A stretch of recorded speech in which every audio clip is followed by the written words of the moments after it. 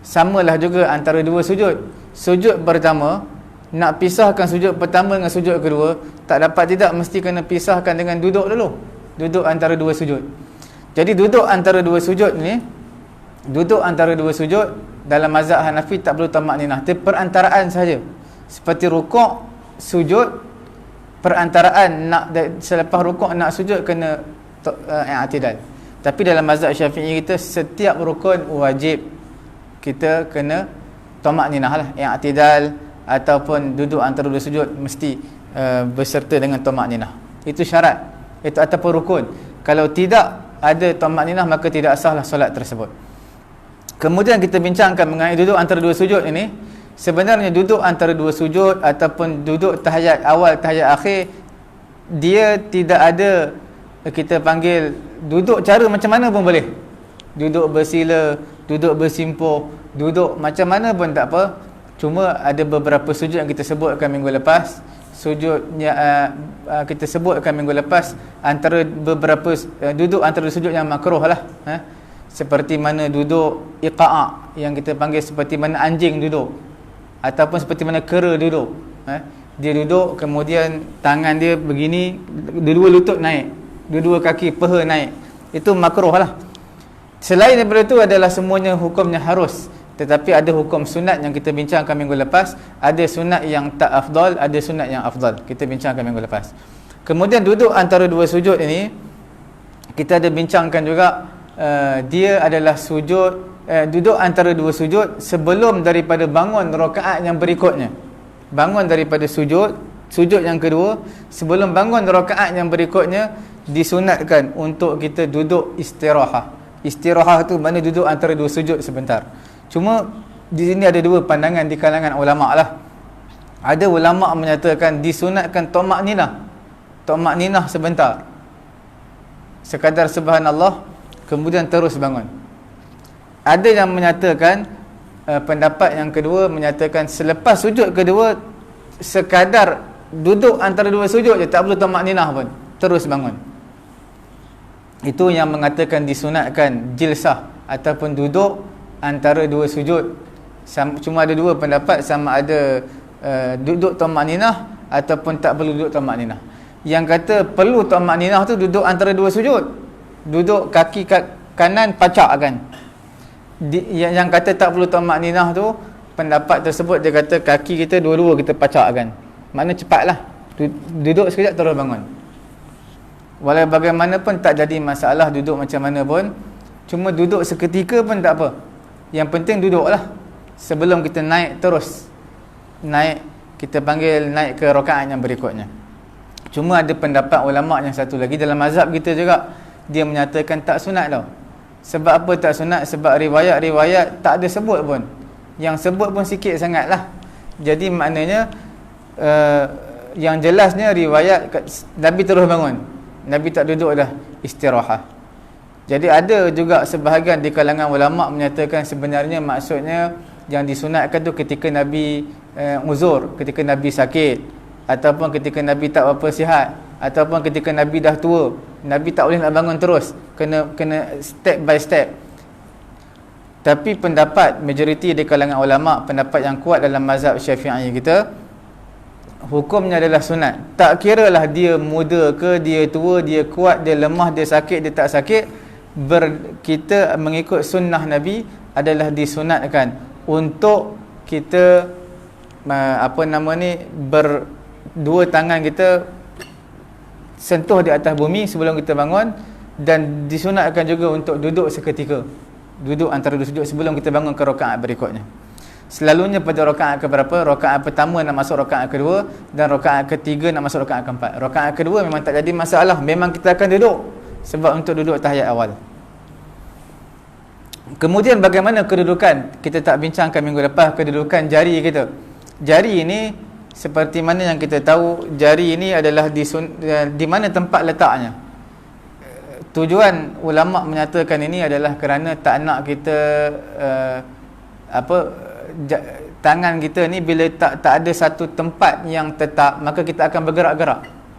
Macam semayang lah, bila Allahu Akbar, antara tujuan tak nak kita bergerak-gerak tangan ni adalah tangan kanan berada di atas tangan kiri. Itu tujuan dia lah. Kalau tak, kita akan bergerak, pegang janggut, pegang telinga, pegang kopiah, mata, hidung dan sebagainya lah. Begitu juga ketika mana duduk antara dua sujud, tangan ini letak mana pun boleh, letak atas sejadah pun boleh, letak kiri kanan pun boleh. Tapi yang disunatkan adalah letak di kita punya lutut, letak di, kita panggil apa, di permulaan lutut tu, sebelum masuk permulaan lutut. Kalau lutut kita begini, kita letak jari kita betul-betul di sebelum masuk kepada permukaan lutut, sebelum masuk lutut. Itu disunatkan lah. Adakah disunatkan jari ni terbuka ataupun rapat? Ada dua pendapat di kalangan ulama'. Pendapat yang kuat adalah jari ni perlu dirapatkan. Seperti mana sujud perlu kita rapatkan jari. Sebab apa perlu rapatkan? Ulama' kata sebab nak hadap ke arah kiblat. Kita ketika mana kita sujud,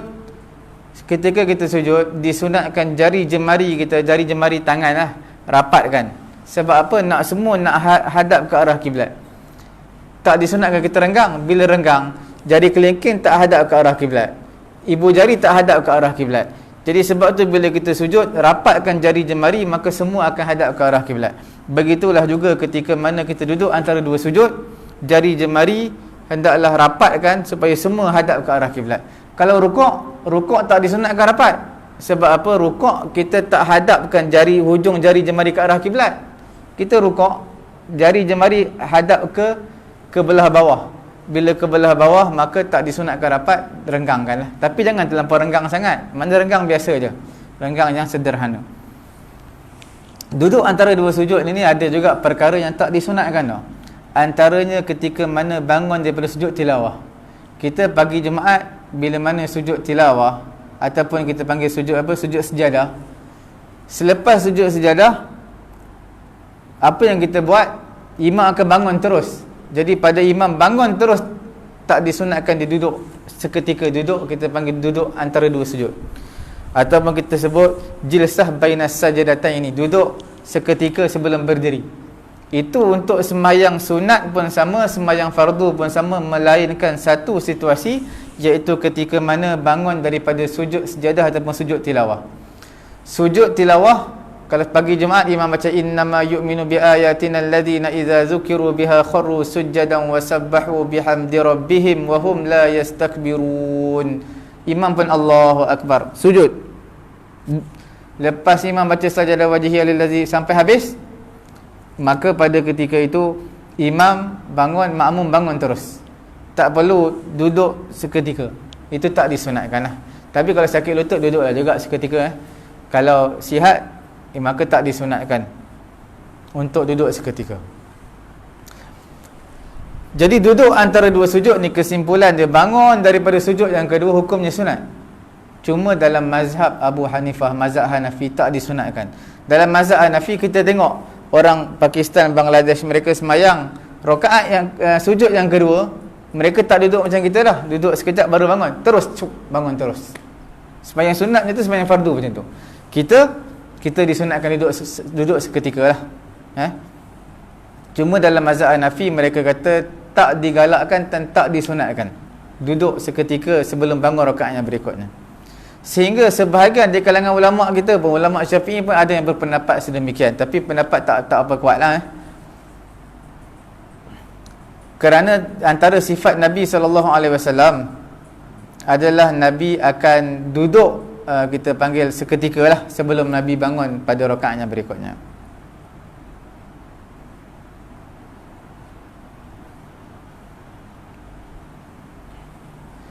Jadi sebahagian di kalangan ulama Syafi'i kita, mereka kata bangun sujud kedua terus bangun rakaat yang berikut. Sebab apa mereka kata tak disunatkan duduk seketika sebelum bangun pada rakaat yang berikutnya? Mereka kata tak ada pun dihikayatkan, diceritakan riwayat seperti itu, Nabi duduk seketika. Kemungkinan Nabi buat pun sebab Nabi sakit je, sebab tu Nabi duduk seketika begitu. Jadi sebenarnya kesimpulan dia memang sunatnya adalah kita duduk seketika. Bukan kerana Nabi sakit ke tak, memang sunatnya begitu. Cuma mengenai dengan kita panggil ulama berbeza pendapat dalam mazhab Syafi'i kita, ashabus Syafi'i, ulama-ulama dalam mazhab Syafi'i, Mereka berbeza pendapat mengenai dengan duduk selepas daripada sujud. Itu yang kita bincangkan tadi tu. Ada ulama kata duduk tumakninah sekejap, ada kata tak perlu tumakninah. Kemudian hukum rakaat yang kedua sama sebiji macam rakaat pertama, semua sama. Apa yang kita buat pada rakaat yang pertama, itulah yang kita buat pada rakaat yang kedua. Cuma melainkan 5 perkara lah. Perkara pertama, rakaat pertama kita niat, rakaat kedua tak ada niat dah. Rakaat yang pertama ada takbiratul ihram, rakaat kedua tak ada takbiratul ihram. Perkara yang ketiga adalah mengangkat tangan ketika takbiratul ihram, Allahu Akbar. Rakaat yang kedua tak perlu angkat tangan, rakaat yang pertama sahaja. Kemudian perkara yang keempat, dan perkara yang keempat, sebelum kita semayang mesti kita fokus dulu. Sebelum kita semayang, fokus. Jadi begitu fokus ni makna dada menghadap ke arah kiblat. Tapi ketika mana rakaat kedua, kita tak perlu fokus apa dah, memang dada memang dah hadap ke arah kiblat. Kemudian perkara yang kelima adalah auzubillahi minasyaitonirrajim sebelum kita baca Fatihah. Begitulah juga pada rakaat yang kedua pun auzubillah juga. Cuma rakaat yang kedua tuntutan auzubillahi minasyaitonirrajim tak sekuat seperti mana tuntutan pada rakaat yang pertama baca auzubillahi minasyaitonirrajim. Kemudian kita nak bincang mengenai dengan duduk tahiyat awal.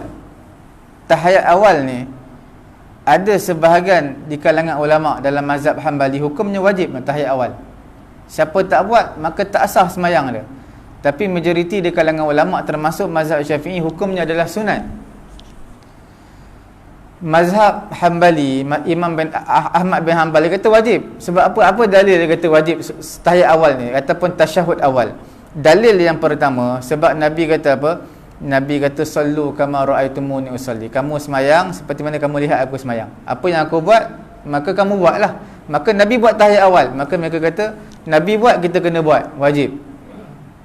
Perkara yang kedua, perbuatan Nabi. Nabi buat perkara tersebut, perbuatan Nabi dalam solat, maka mesti kita kena buat. Itu antara beberapa dalil dalam mazhab Hambali yang mengatakan wajib.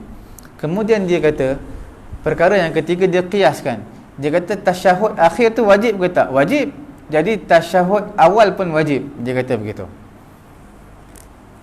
Kita jawablah dalam mazhab Syafi'i kita kata kalaulah andai kata tahiyat awal ni wajib, sebab apa? Nabi ada sekali Nabi terlupa dan Nabi naik rakaat yang ketiga.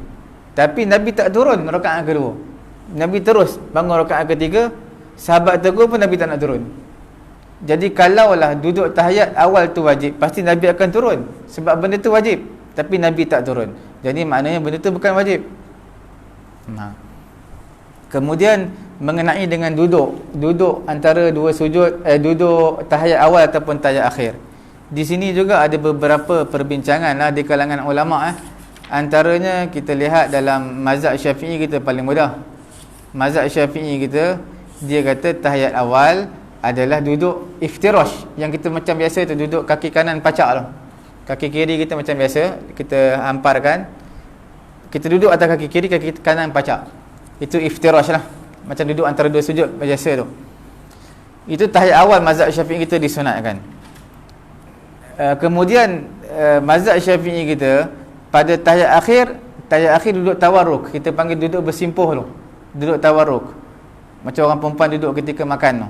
Itulah dipanggil sebagai duduk tawarruk, disunatkan tahiyat akhir. Okey. Jadi ulama Syafi'i kita buat perbezaan antara tahiyat awal duduk begini, tahiyat akhir duduk macam ni. Tak kira lah sembahyang fardu ke sembahyang sunat, macam tu lah.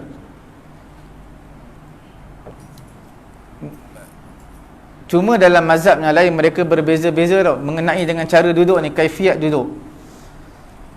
Ada sebahagian di kalangan ulama, antaranya mazhab Malik, dalam mazhab Maliki.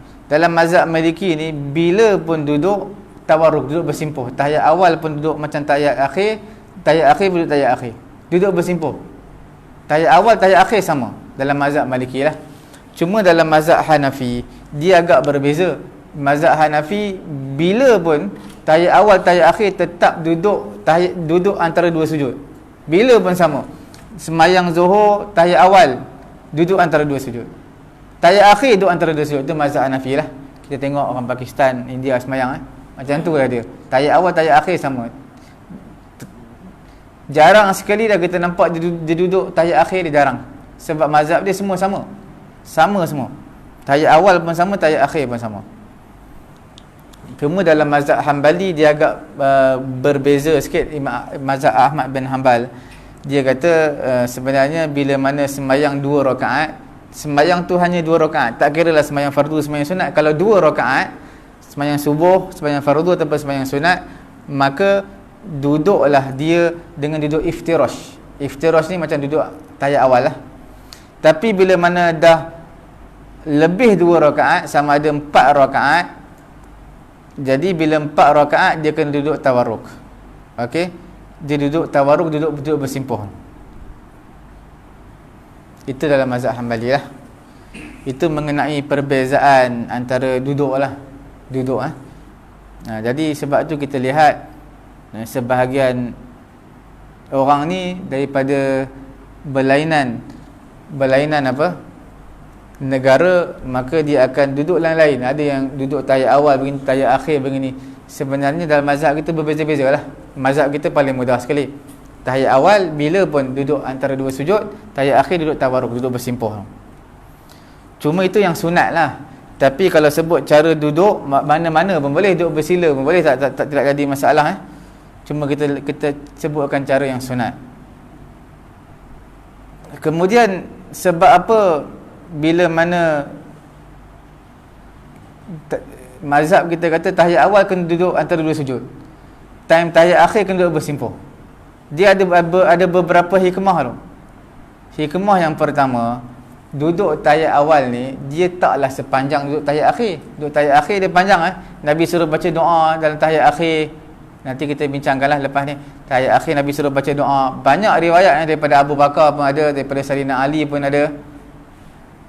Jadi banyak riwayat yang doa-doa yang maksur. Maksur ni makna yang datang daripada Nabi, daripada hadis, baca ketika tahiyat akhir.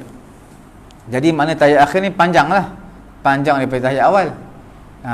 Jadi sebab tu bila duduk tawarruk ni, duduk untuk lama. Macam orang perempuan makan, duduk bersimpuh kan, dia duduk lama. Perempuan makan kadang-kadang setengah jam. Makan tu sekejap, sembang tu lama. Jadi maknanya dia boleh duduk lama lah. Tapi bagi orang yang badan gemuk, dia tak apa selesa duduk tawarruk, duduk bersimpuh. Jadi sebab apa? Badan dia tak dapat nak maintain. Jadi untuk orang yang badan besar lah.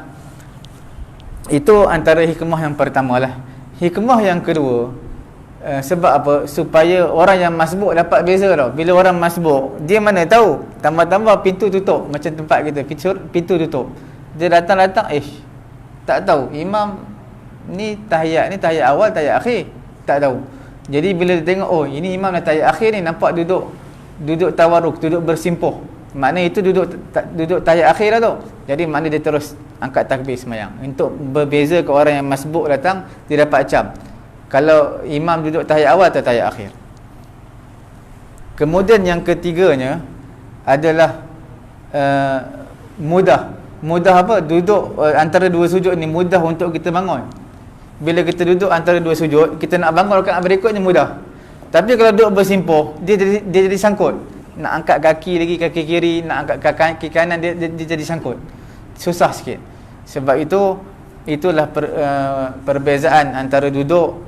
Sebab apa duduk tahiyat awal, duduk iftirash, duduk tahiyat akhir adalah duduk, kita panggil duduk apa? Duduk tawarruk.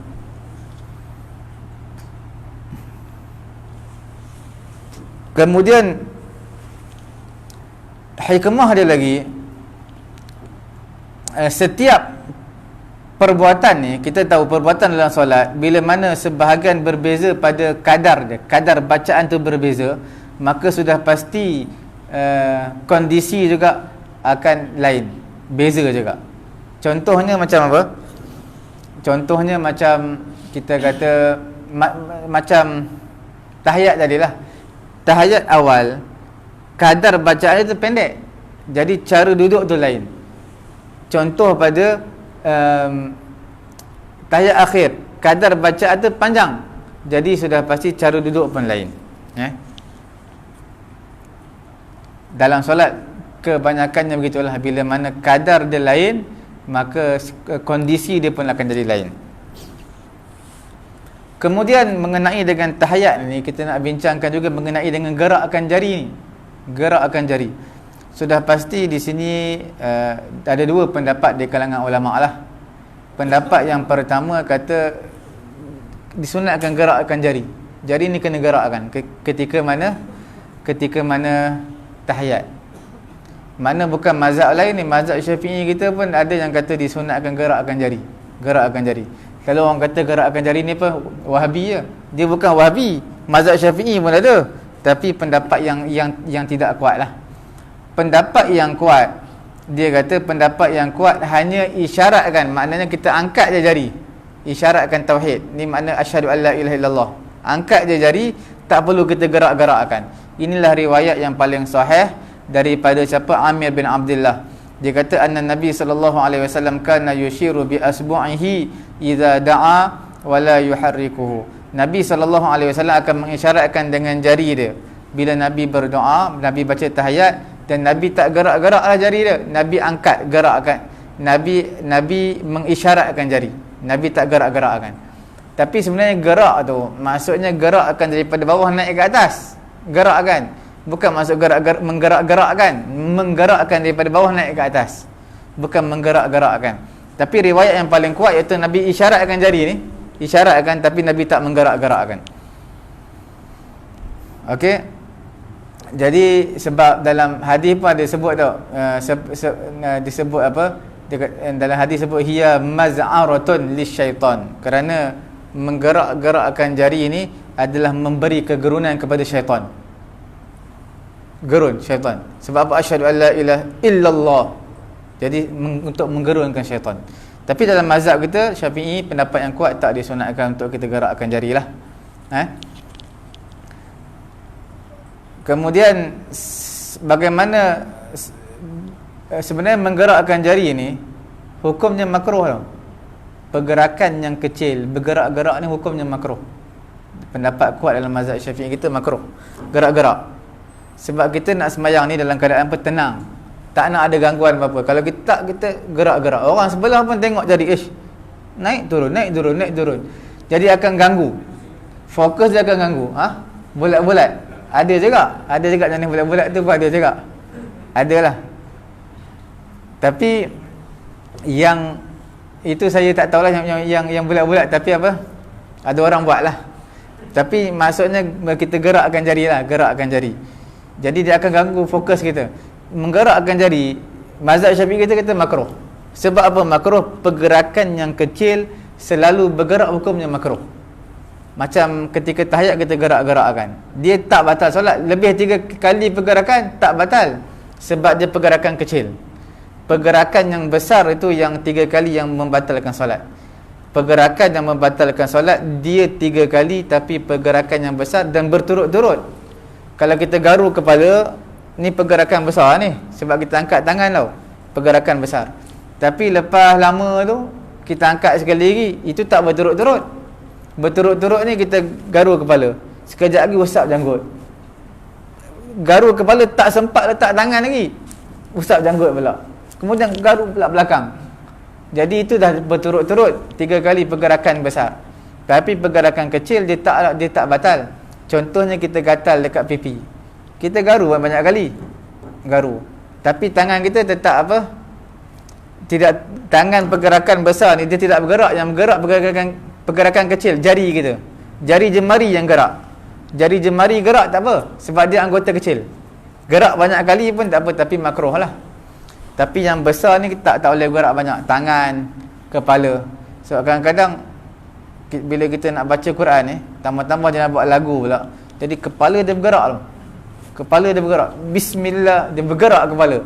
Bila bergerak tu kepala dikira anggota besar tu. Dikira anggota besar. Melainkan dia ada penyakit. Mungkin dia ada penyakit Parkinson. Parkinson ni selalunya tangan kaki je, tapi dia kepala sekali. Kepala. Jadi bila kepala ni kalau ada penyakit tak apa. Tapi ada tau orang penyakit, dia bila semayang, dia dengan sendiri ni dia kepala dia akan pusing. Sendiri. Dia semayang, kepala dia sendiri akan pusing. Sekejap lagi dia pusing pula. Tapi itu bukan dia sengaja, memang penyakit dia gitu. Dia sembahyang dia akan pusing, automatik pusing. Patah balik. Lepas dia baca pusing balik. Nah, jadi penyakit macam tu tak apalah. Tapi kalau sengaja boleh batal. Sengaja dia jadi makruh. Sengaja dia jadi makruh. Kita sembahyang, tiba-tiba kita nak tengok jam ke apa. Kita nak tengok jam ke apa boleh. Tapi mata kita angkatlah, jangan kepala kita angkat tinggi. Mata kita tengok sikit mata mata kita bergeraklah, mata bergerak sikit. Tapi bergerak sikit lah. Tapi jangan bila kita tengok jam tengok macam tu jelah. Tapi janganlah kita tengok atas tengok jam. Tu tengok aircon pula. Tengok pula lampu ni pasang macam mana ni lampu. Jadi itu jadi makruh lah sebab dia hilang fokus. Tapi kalau kita panggil kadang-kadang kita semayang, kita tak boleh nak fokus habis tau. Mata kita mesti akan syaitan akan tarik juga untuk kita tengok. Jadi sebab itu kalau dalam masalah tu tak apalah.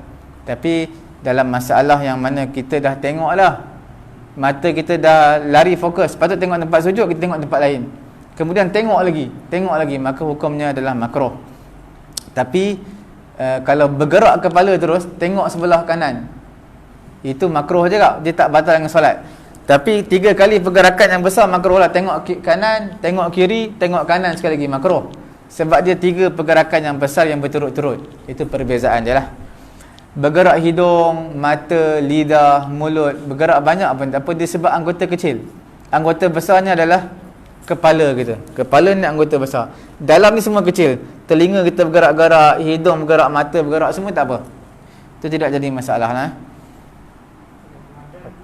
Apa dia? Badan anggota besar.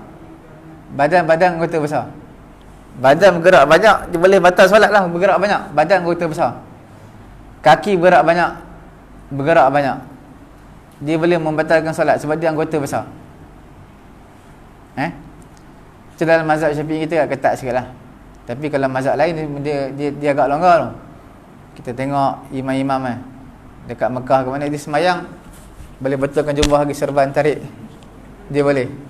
Sebab mazhab Syafi'i kita dia ketat. Dia kata pergerakan yang banyak membatalkan solat. Macam mana nak tahu pergerakan yang banyak tu? Jadi mereka buat satu garis panduan. Mereka kata pergerakan yang banyak tu yang membatalkan solat bila 3 kali pergerakan yang besar yang berturut-turut. Kemudian selawat pada tasyahud akhir. Selawat ini pada tahiyat awal, adakah disunatkan ataupun tidak? Selawat pada tahiyat awal, selawat kepada Nabi, Allahumma salli ala Sayyidina Muhammad, disunatkan pada tahiyat awal. Tetapi tak disunatkan pada tahiyat awal selawat kepada keluarga Nabi, wa ala ali Sayyidina Muhammad. Tu tak disunatkan. Sebahagian ulama kata batal semayang sebab panjang-panjang tahiyat awal. Sebab apa? Tahiyat awal kita nak ringkaskan. Tapi pendapat tu tidak kuat lah yang kata batal solat. Sebab dia memanjang-manjangkan tahiyat awal. Tahiyat awal tujuan untuk ringkas. Selawat kepada keluarga Nabi saja, Allahumma salli ala Sayyidina Muhammad. Tapi kalau tak buat, adakah disunatkan sujud sahwi untuk Allahumma salli ala Sayyidina Muhammad? Dia baca asyhadu an la ilaha illallah wa at-tahiyatul mubarakatuh salawatut thayyibatu lillah sampailah asyhadu an la ilaha illallah wa asyhadu anna Muhammadar Rasulullah. Sampai situ je. Dia tak baca Allahumma salli ala Sayyidina Muhammad. Adakah disunatkan sujud sahwi?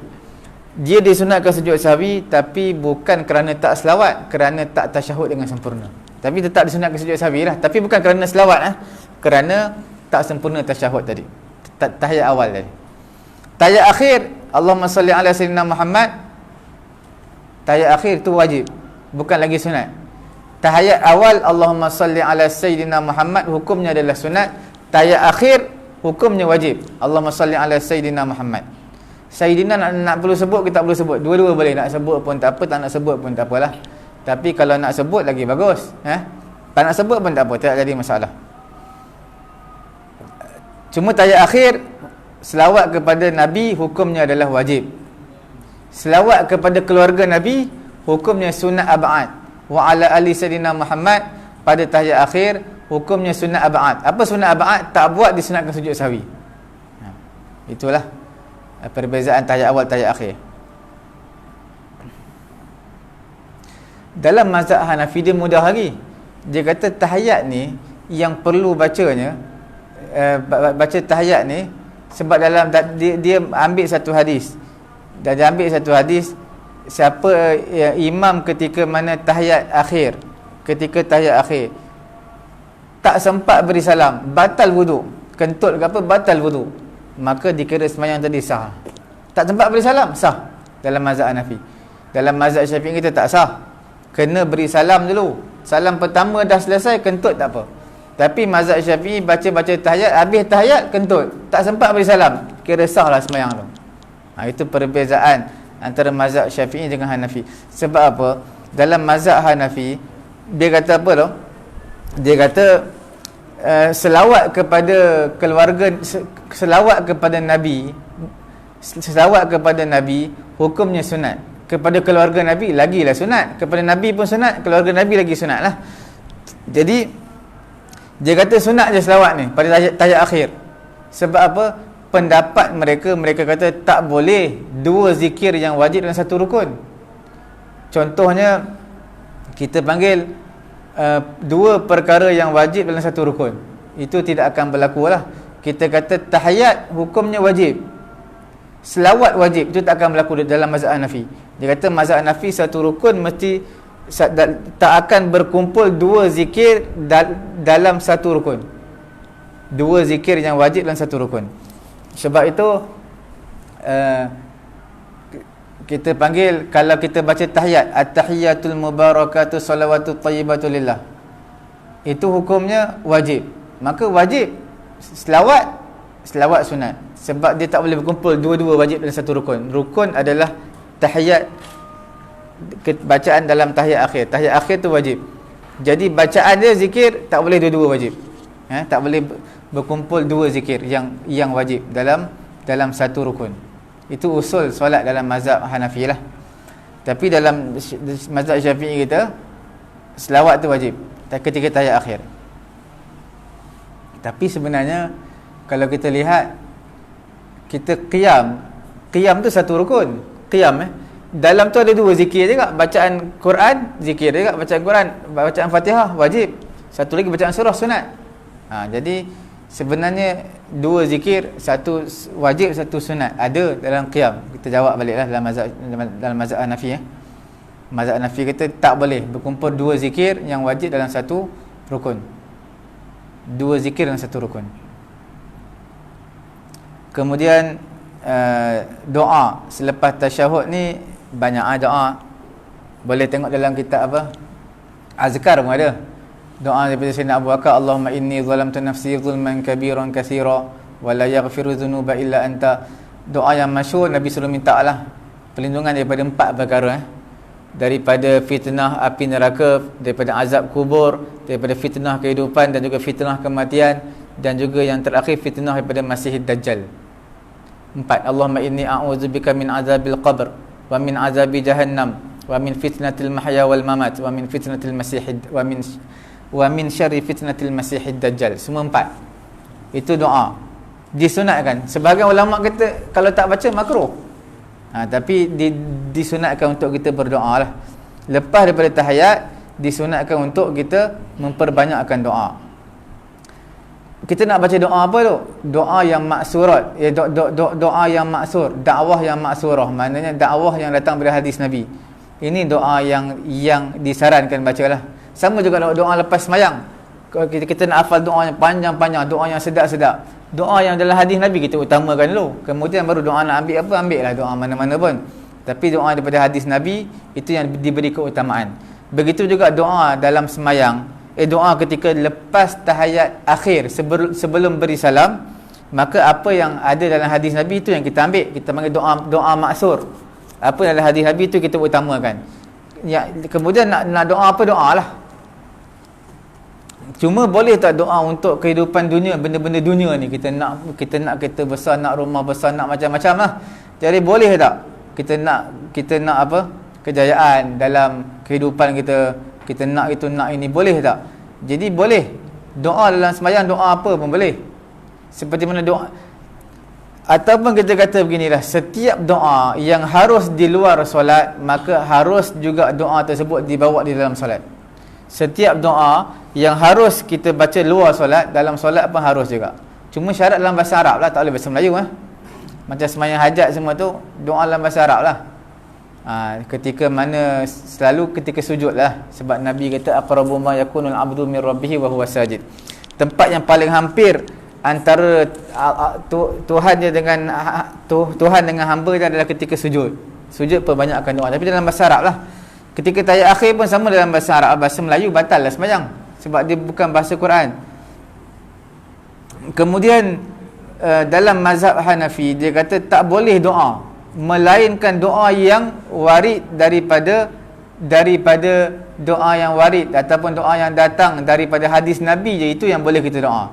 Kalau tak, dia kata kalau kita doa dalam bahasa Arab yang tak ada datang dalam hadis, seolah-olah kita datangkan perkataan yang bukan Quran dalam sembahyang, batal sembahyang dalam mazhab Hanafi lah. Sebab apa? Dia berdalilkan hadis inna salatana hadhihi la yasihu fiha syai'un. Sesungguhnya sembahyang kita ini tak sah dalam sembahyang sesuatu min kalamil adamiyyin, daripada perkataan anak Adam, perkataan manusia. Sebab perkataan bahasa Arab tak semestinya Quran. Innama hiya takbirun wa qira'atut tasbih. Hanya saja sembahyang ni adalah takbir Allahu Akbar, dan juga qiraah pembacaan Quran, dan juga tasbih subhana rabbiyal azim, subhana rabbiyal a'la, tasbih lah. Jadi itulah kita panggil doa. Cuma doa ni perlu kita tahu, doa dalam perkara agama, nak dapat kejayaan di akhirat nanti, selamat daripada api neraka, masuk dalam syurga dengan selamat, itu semua dituntut. Tetapi doa untuk perkara-perkara dunia itu hukumnya harus saja. Boleh, harus. Kemudian kadar bacaan ni kena tengok kadar bacaan doa. Maksud doa bukan doa lepas sembahyang. Doa lepas sembahyang panjang mana pun tak apa. Ada satu surau saya bagi doa malam Jumaat baca Yasin. Malam Jumaat dia baca Yasin. Doa dia 15 minit. Lama tu, baca Yasin pun 15 minit juga, doa pun 15 minit. Saya kata bila nak habis doa ni? Lenguh tangan ni Allah, lenguh tangan ni, bila nak habis? Mula-mula orang daripada angkat tinggi macam ni, tinggal separuh, lain kali bawah tu, lama sangat, 15 minit doa. Allah Akbar, 15 minit doa dia. Baca Yasin pun cepat-cepat pun 15 minit. Dia doa 15 minit, lama. Jadi maksud doa yang kita nak bincangkan ni, doa selepas daripada tahiyat akhir sebelum beri salam. Doa ni tengok juga bila kita sembahyang jemaah, imam tadi disunatkan baca doa, tapi jangan panjang sangat. Panjang macam mana kadar panjang tu, macam mana garis panduan dia. Kadar panjang tu janganlah panjang seperti tahiyat awal. Makna disunatkan dia kurangkan panjang daripada tahiyat awal. Tahiyat awal berapa saat kita baca? Mungkin kita kata 30 saat. Maka doa yang kita nak baca walaupun banyak dalam hadis Nabi, kurang 30 saat. Itu maksud dia. Sebab apa kena pendek daripada tahiyat awal? Bacaan dia kena pendek. Sebab tahiyat awal tu zikir. Sebab nak bezakanlah antara zikir dengan doa. Zikir ni panjang-panjang pun tak apa. Zikir tahiyat akhir itu panjang, tapi janganlah pula doa lebih panjang daripada zikir. Pakai pendekkan lagi lah daripada zikir. Perbanyakkan zikir, doa tu pendekkan sikit. Tapi untuk kita sembahyang seorang tu tak jadi masalah lah. Sembahyang seorang ni lama mana pun tak apa. Tapi sembahyang jemaah jangan buat lama sangat. Nanti makmum menyumpah imam lah. Sebab apa? Dia ada dua. Sama ada makmum menyampah imam ataupun makmum menyumpah imam dia. Sumpah imam kita. Apa lama sangat? Apa dia?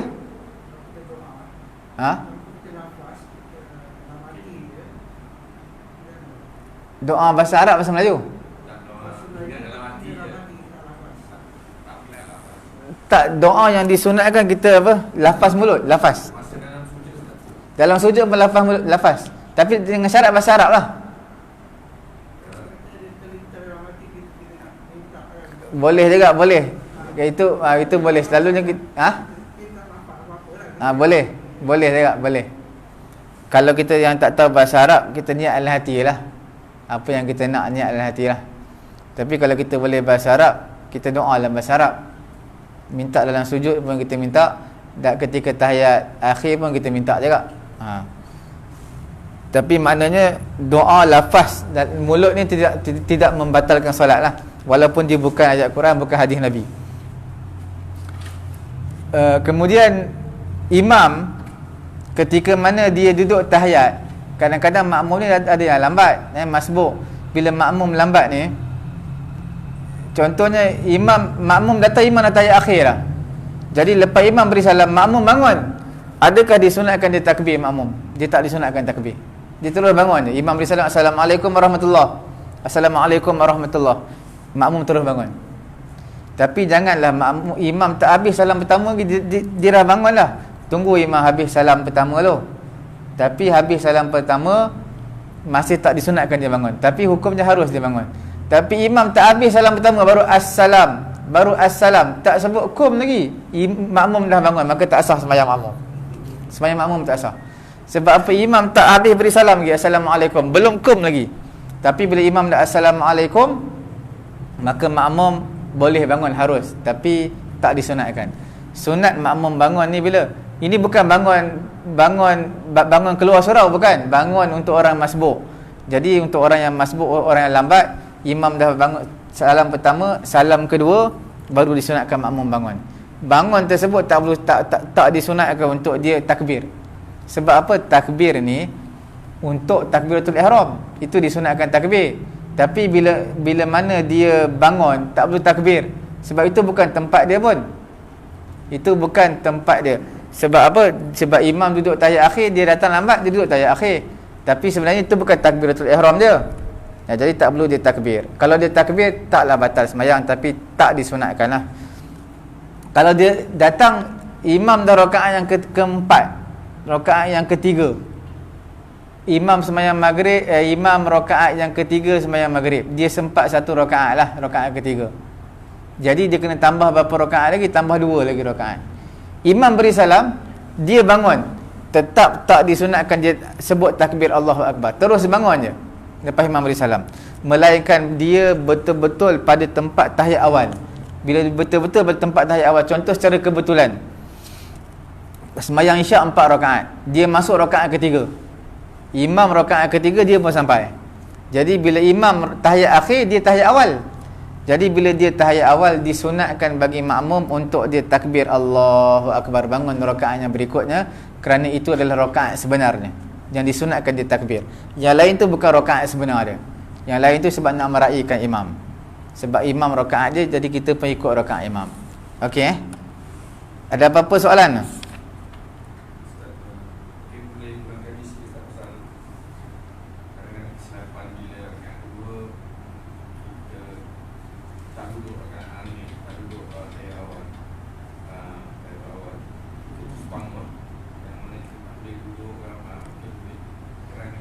Dia kalau imam terlupa tahiyat awal, kita tengok juga imam dah imam dah sampai ke tahap berdiri tak? Berdiri tak seperti berdiri tegak. Kadang-kadang macam ni, macam bongkok pun itu dah kira sebagai apa? Berdiri juga. Jadi bila dah sampai ke tahap berdiri, macam bongkok tu berdiri, jadi dia tak boleh patah balik lah. Sebab apa tak boleh patah balik? Sebab dia telah kembali kepada perkara yang sunat. Dia dah buat benda rukun dah. Bila berdiri tegak, hukumnya wajib. Sebab itu rukun solat, qiyam. Qiyam ni rukun. Bila kita terlupa tahiyat awal, dah berdiri tegak dah, maka tak perlulah kita berpatah balik untuk melakukan perkara sunat. Dia ada dua sebenarnya dalam masalah ni. Dia seseorang yang melakukan perkara yang fardu, seseorang yang telah melakukan perkara yang fardu, tapi dia nak berpatah balik untuk melakukan perkara yang sunat, maka kita kena lihat perkara yang sunat tersebut adalah perkara rukun qauli ataupun rukun fi'ali. Okey, kalaulah kita kata dia telah melakukan perkara yang rukun, tapi rukun tersebut adalah rukun fi'ali. Apa rukun fi'ali? Bangun, qiyam, rukun fi'ali. Maka dia tak boleh berpatah balik pada rakaat yang kedua untuk buat tahiyat awal, kerana berpatah balik dalam rukun fi'ali hukumnya batal sembahyang. Batal. Ada pelajar apa saya tu, dia dah tahu dah, dia dah sembahyang isyak tarawih, sebelum nak start tarawih sembahyang isyak 4 rakaat, tertinggal tahiyat awal. Dia dah tahu tak boleh duduk, tapi makmum belakang tekan dia duduk. Subhanallah, subhanallah, subhanallah. Dia pula kecil lagi. Jadi dia rasa tekanan, duduk juga. Walaupun dia tahu batal solat, dia duduk juga. Sebab makmum tekan dia, subhanallah, subhanallah, suruh duduk. Dia pun duduk. Bukan kata dia batal, semua makmum batal sembahyang. Sebab makmum tekan dia. Makmum pressure dia. Jadi dia pun terpaksalah duduk, walaupun dia tahu benda tu batal sembahyang. Jadi ada satu lagi, dia bukan rukun fi'li tu, dia rukun qauli. Rukun qauli berpatah balik melakukan perkara sunat tak apa. Contohnya kita baca Bismillahirrahmanirrahim, satu ayat daripada Fatihah. Wajib tu Fatihah tu. Tiba-tiba lupa nak baca auzubillahi minasyaitanirrajim, berpatah balik melakukan perkara sunat. Itu tak apa dalam rukun qauli. Qauli maknanya perkataan, percakapan, pembacaan. Tapi dalam rukun fi'li tak boleh patah balik. Rukun fi'li ni makna yang melibatkan perbuatan, maka batal sembahyang. Jadi makna bila imam dah bangun, kita abaikanlah. Kalau makmum tegur pun imam kena kuat, aku tak akan turun. Biar semua makmum nak boikot, aku pun boikotlah. Tapi aku tak akan turun. Jadi imam tetap kena berdiri. Makmum dah ada dua pilihan lah, sama ada dia nak ikut imam pun boleh, dia nak niat mufaraqah pun tak apa. Dua-dua boleh. Tapi bagi imam tak boleh duduk lah. Tapi kalau dia tak berdiri lagi, tak sampai ke tahap berdiri lah, walaupun tak berdiri, tak semestinya tegak, macam bongkok, dia tak sampai tahap tu lagi. Baru tengah tekan lutut dia, baru nak berdiri, atau baru tekan tempat sujud untuk bangun, tiba-tiba makmum tegur, maka dia boleh duduk balik. Dia boleh duduk tahiyat sebab dia tak berdiri lagi, ataupun baru nak start berdiri. Jadi itu boleh duduk balik. Boleh duduk. Sebab tak sampai tahap berdiri lagi lah. Okey. Boleh lah. Ulama kata kalau dah separuh, ulama kata dalam mazhab Syafi'i kita lah, kita lihat dua. Ketika mana dia lebih kepada duduk ataupun lebih kepada berdiri. Kalau dia lebih kepada berdiri, disunatkan sujud sahwi. Kalau dia tak sampai separuh lagi untuk dia berdiri, maka dia tak disunatkan sujud sahwi. Mana dia lebih berat ke mana? Berat ke atas ataupun berat ke ni bawah? Kalau berat ke atas, maka disunatkan sujud sahwi. Okey. Kalau tahiyat awal, kita tak nampak baca habis, imam dah naik, kita kena habiskan tak tahiyat awal tu? Kalau tahiyat awal disunatkan untuk kita habis juga. Tapi kalau kita rasa kalau kita habis takut tak sempat baca Fatihah sekali dengan imam pula laju, tinggalkan tahiyat awal, terus bangun ikut imam. Jadi makna kita kena lihat imam tu jugalah. Kalau imam ni jenis laju, maka kita tinggalkan tahiyat awal, kita ikut je imam. Tapi kalau imam ni tahiyat je laju, tapi ketika baca Fatihah lambat, jadi kita habiskan kita punya tahiyat awal. Maknanya kita tengok imam lah.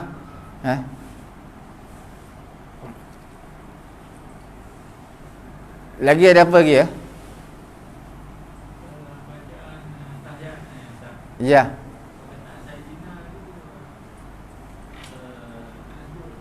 Dia kita nak sebut pun boleh, kita tak nak sebut pun boleh. Ada ulama kata yang afdalnya sebut lah, afdalnya sebut. Tapi kita nak sebut pun tak apa. Sebab ada orang kata bid'ah, sebut. Tak nak sebut pun tak apa. Tapi kalau kita sebut ni lebih kepada muliakanlah. Sebab Sayyidina ni maksudnya penghulu kami, ketua kami. Macam kita sebut tuan lah, tuan haji, kan lebih sedap daripada kita panggil nama dia pak cik. Kalau kita sebut tuan, kan benda tu lebih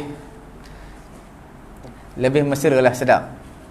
Kalau orang tua kita panggil haji, lebih mesra. Tapi kalau kita panggil dia pak cik pun boleh juga. Cuma kurang mesra sikit lah.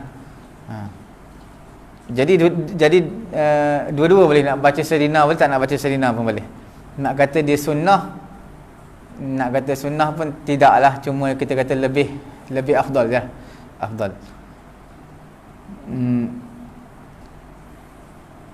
Kemudian kita lihat yang terakhir pada malam ni, insya-Allah, mengenai dengan disunatkan kita ketika duduk tahiyat awal ni tangan kiri kita disunatkan kita buka lah, hamparkan, buka, rapatkan jari, buka, hadap ke arah kiblat. Supaya macam tadilah, diletakkan sebelum masuk ke lutut tadi, dekat dengan lutut. Mana dekat dengan lutut. Tangan kanan ni ada 3 pendapat di kalangan ulama. Pendapat pertama, dia kata tangan kanan kita ni apa yang kita perlu buat, letak di atas paha kiri, kemudian kita genggam, melainkan jari telunjuk je kita tidak genggam. Sebab hadis daripada Ibnu Umar, dia kata anna Nabi sallallahu alaihi wasallam kana idza qa'ada fi tasyahhudi, Nabi sallallahu alaihi wasallam apabila Nabi duduk tasyahud, Nabi akan letak tangan kirinya di atas paha kiri dia. Okey, itu selesailah. Kemudian Nabi letak tangan kanan ala rukbatihil yumna, atas paha kanan. Kemudian wa aqada salasatan wa khamsina, kemudian Nabi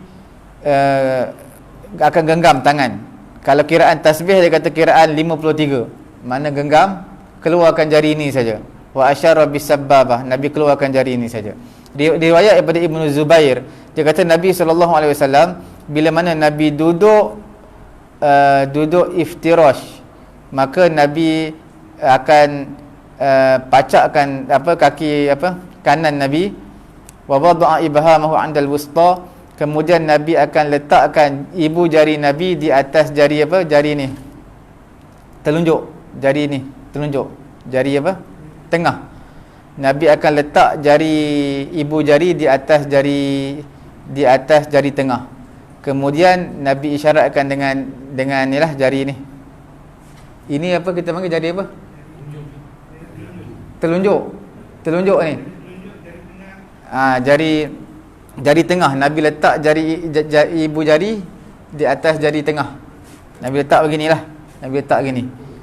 Kemudian jari telunjuk Nabi angkatlah.